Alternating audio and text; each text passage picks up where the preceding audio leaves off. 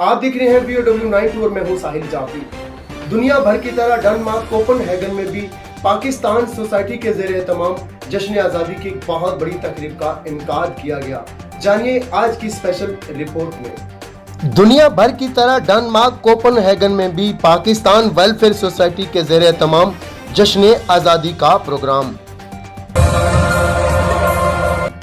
اس تقریب میں مذہبی، سماجی اور سیاسی اور صحافی برادری کی بھرپور شرکت۔ پروگرام کی ابتدا تلاوت قرآن پاک سے ہوئی اور اس کے بعد قومی ترانہ جو ہے وہ سنایا گیا۔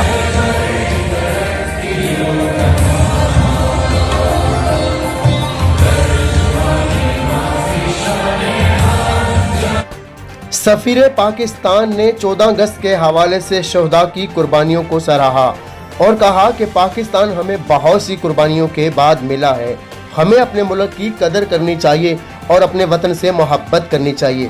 تقریب کے مہمان خصوصی نے اپنی خطاب میں کہا کہ ہم ایک آزاد قوم ہیں اور آزاد قوم رہیں گے۔